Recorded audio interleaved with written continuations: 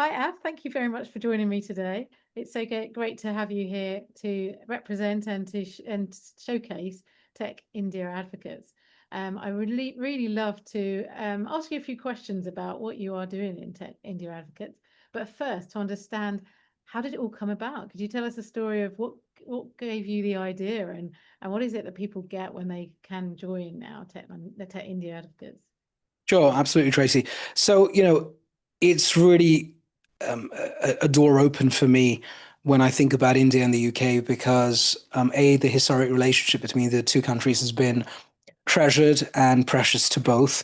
And I think when it comes to technology, which is what we're discussing today, India is really the big 100 pound gorilla when it comes to technology genius and services. India is owned outsourcing and pretty much delivers all of the services we use in probably every bank and every institution here in the UK and the rest of the world. And they've become known for their huge innovation centers and their help desk centers and software development out in India. And of course, many Indian companies like Wipro and TCS and Tech Mahindra and others who've become multi-billion-dollar services giants here in the UK. In fact, they hire tens of thousands of people in the UK alone, contributing, tax income to this country. So, Tech India UK was such an easy a pathway for me to consider, having come from an Indian background myself.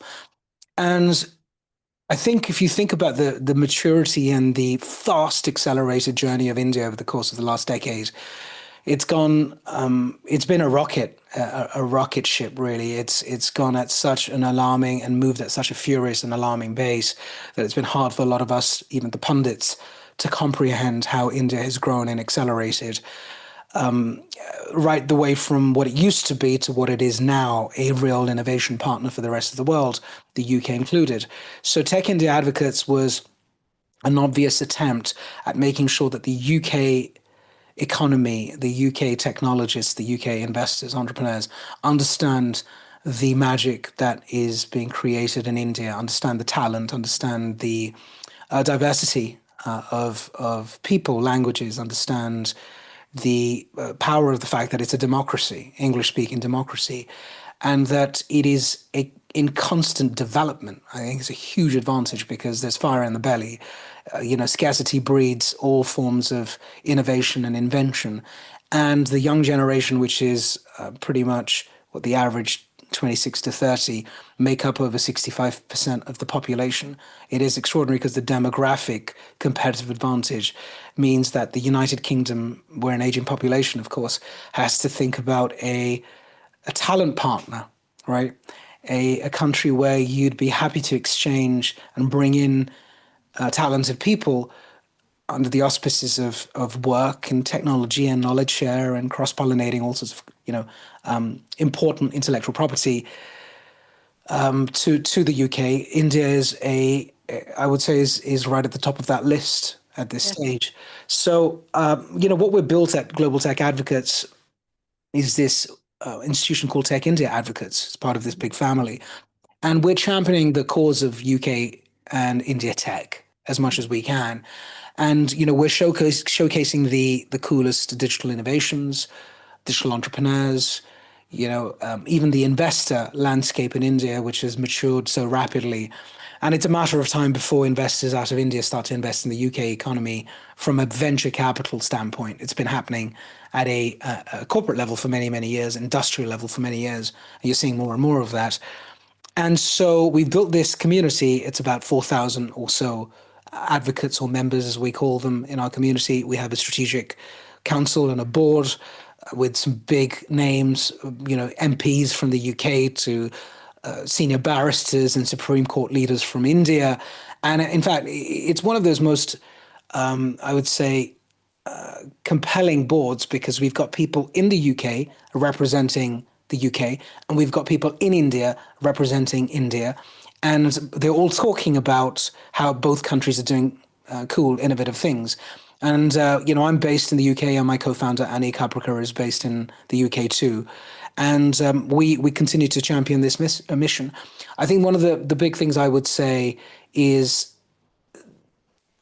almost our USP and our compelling advantage is that we have these deep relationships with the government bodies out of India, both in India and in the UK. You know, the Indian High Commission, the various consulates, the chambers of commerce, the FICCI, which is the another Quango body that drives trade between multiple countries, India and the UK in particular. You know, we've been working with these bodies for a number of years under the auspices of technology. There are many other working groups and communities out there unrelated to GTA that do similar things, and I won't name them, and they do a wonderful job. However, a specialism like technology is rare, and I don't think we've found another body that specializes like us. So that's Tech India Advocates for you. All right. Okay. Thank you. That's really helpful. So how can people join then? So we understand what you do and your focus is on the UK, India corridor. But how can people join and what do they get from it when they join your group? So Yeah, so joining is really easy. You actually go onto our website. It's www.techindiaadvocates.org, techindiaadvocates.org, and it's a really simple website. And at the top of the screen in the sitemap, you'll see something saying "Be an Advocate."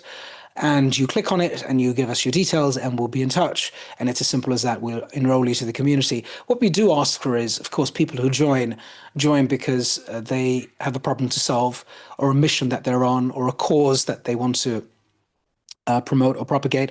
Or in fact, it could be as simple as a business in India, for example, wanting to launch in the UK and wanting to get a fast forward, frictionless approach to figuring out who would you partner with, how would you set up a company, which accountant should you work with, and in fact, Ani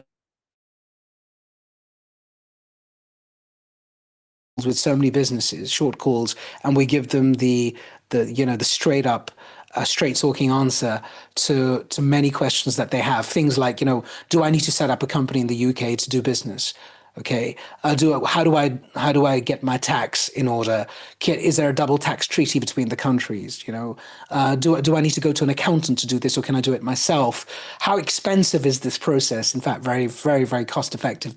One of the most cost effective company setup processes on the planet. You're like sub 20 pounds. It's absolutely insane.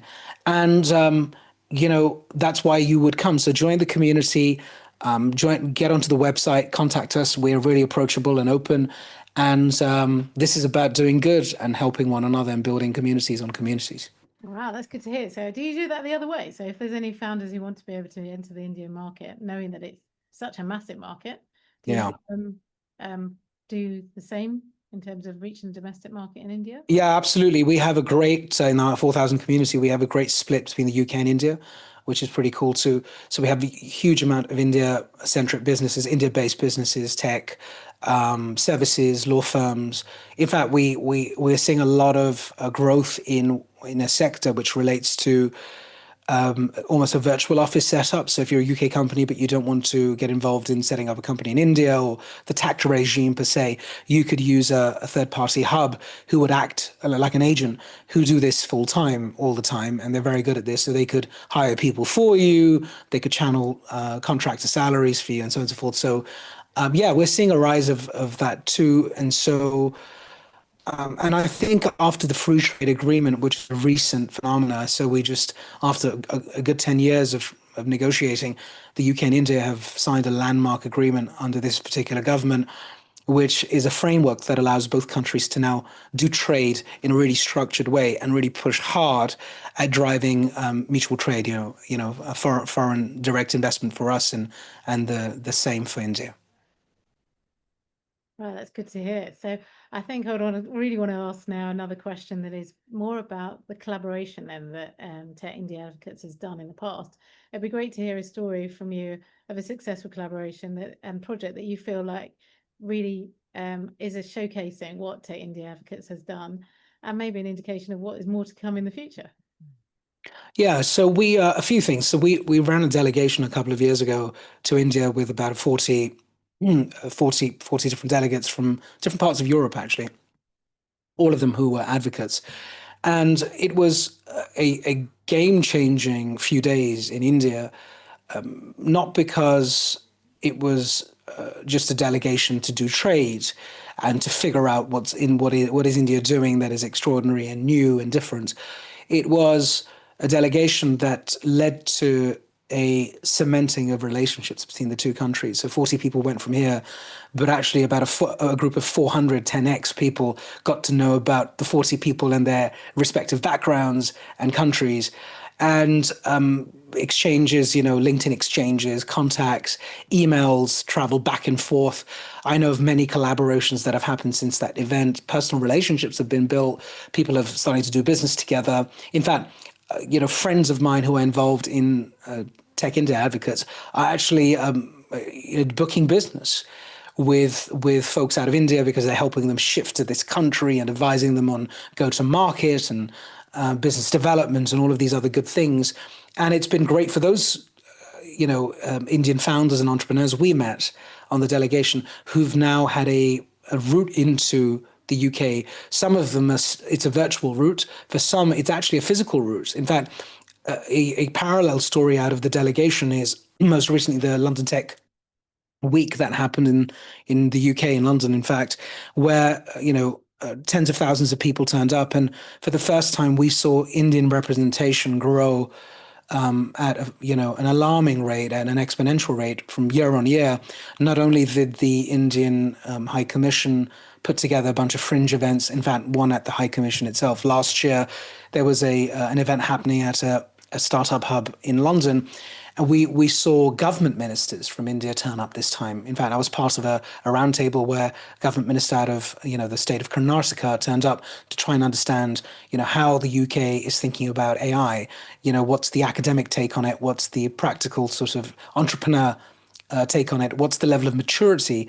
And a big focus also was semiconductor, and we know about that really well because, again, going back to the delegation, again, we went to visit the Indian Institute of Science, which is just this huge facility and very, very powerful sort of group of people leading it and students and researchers and so on, looking at how semiconductor technology can develop in India and how, in fact, India could become a assembly point Mhm. or, can provide even design capabilities at some point, which really is quite disrupting to the entire pre-existing supply chain of Yeah. semiconductor, which has been dominated, as you know, by certain players across its different value chain elements. So, we saw that. And again, going back to London Tech Week, just because the two worked together, delegation 2 years ago, 40 people, nearly 400 new people met us, have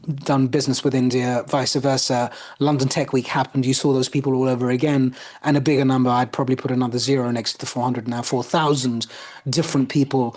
People in India and people of Indian origin from the diaspora here working together, chatting, trying to do trade, and doing this, like I said earlier, facilitated by global tech advocates and, of course, Tech India advocates in such a beautiful way where it almost feels ultra philanthropic, where sometimes people have to scratch their heads and say, are you sure you don't want some money for this? Or you don't quite understand why you're doing this for me because we've got so used to being so transactional in life and business.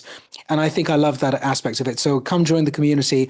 It's so powerful. If you're of the Indian diaspora today and you're in this country in the United Kingdom and you're not in Tech India Advocates, even though you're not in technology, might be working in a technology company or using tech in your company or using tech in any way or like tech or curious about tech, you should join the community. So yeah. That's really good. Good call to action. So thank you so much for sharing that story because it's really key that people hear how you've collaborated and how you've managed to make it grow as well. So linked to that, what would you say is the future for Tech India Advocates? What have you got in terms of what's ahead in the year ahead that people could probably think about collaborating with you or also thinking about coming up with ideas that you're willing to hear as well? Yeah, I think if you think about geopolitics today, it's going through a tough time. And I think, with the tariff wars and the tension that is happening in the political world, the geopolitical world, across the economies, we are this incredible sort of saving grace, if you want to call it that, where we are able to transcend many of these barriers. And so the image in your background shows the various global tech advocate groups in different countries. And what we're trying to do at Tech India Advocates is step up a few levels and start finding partners in some of these countries and communities. So we've recently conducted a joint event with Tech Brazil Advocates. There is a lot of crossover between India and Brazil. India is, of course, ahead of the curve because it took to technology a little bit earlier. And at the same time, Brazil is catching up and it's doing some incredible work in startup ecosystems and providing technology related services to the rest of the world. And there was such incredible learning between different entrepreneurs. We ran a virtual session. Who joined that session? We had a panel, and of course, loads of people signed in to listen to it. And what it told us was that we all have problems, but there are always incredible innovative solutions out there somewhere in the world. If you can't find it in your ecosystem, some ecosystem somewhere in the world will have a solution.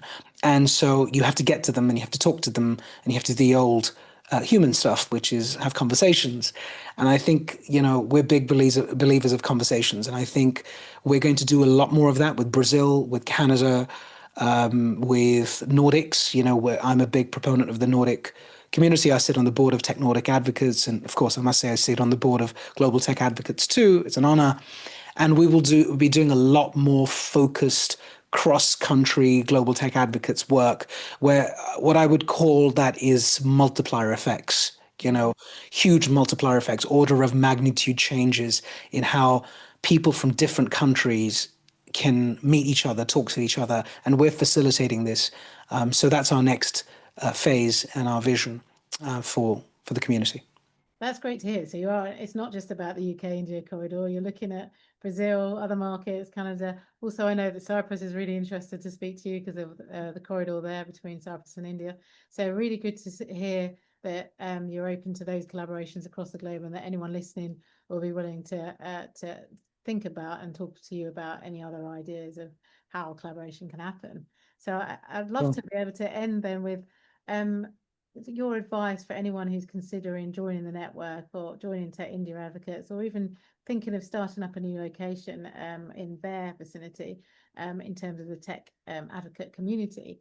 What advice would you give them so that they really make the most of the community behind me that you see all the different locations of, as well as all the thematic groups as well, as we haven't mentioned, but there are those sector and thematic groups that are helpful for people to get involved in, such as data and AI or cyber or fintech.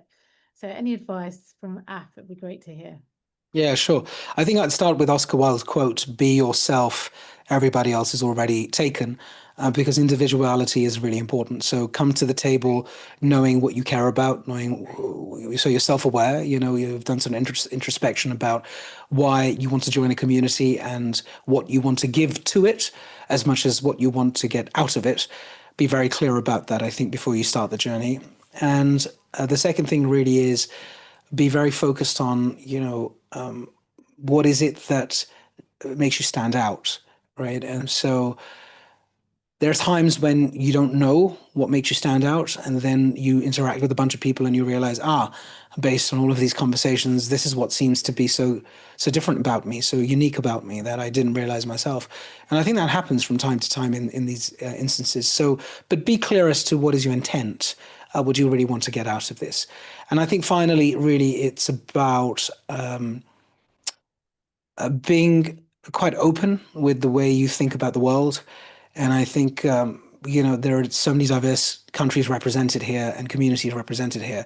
So be really open-minded, without judgment, without prejudice, and talk to anyone and everyone. You'll see some extraordinary people who are not conventional in this community. You're not always going to see the C-suite and people who've got big jobs and VPs.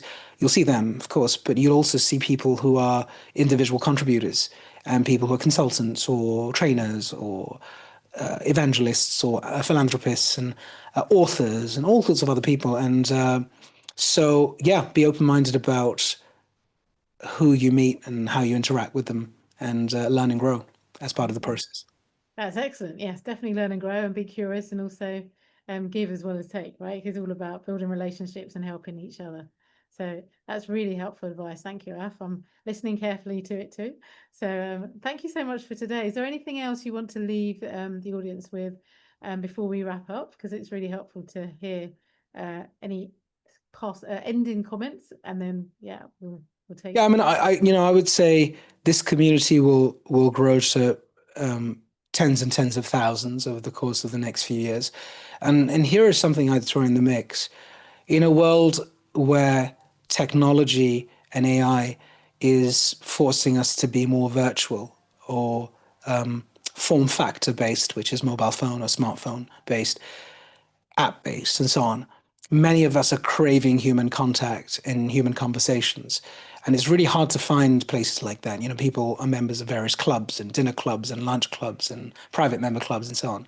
And I think see this group as an extension of that community and go find people, maybe go handpick people in this community who will join a bigger community or your core community. And I think it's a great ground to find friends that the future friends that you have, new business colleagues, maybe people that you'll hire into your business, or in fact, maybe a great place for you to go find an opportunity to go work for a really cool startup or a company, and so on. So I'd leave it at that, and I wish the community all the best. Thank you so much, Alf, and I really appreciate your time today. Thanks, Tracy. Appreciate the questions.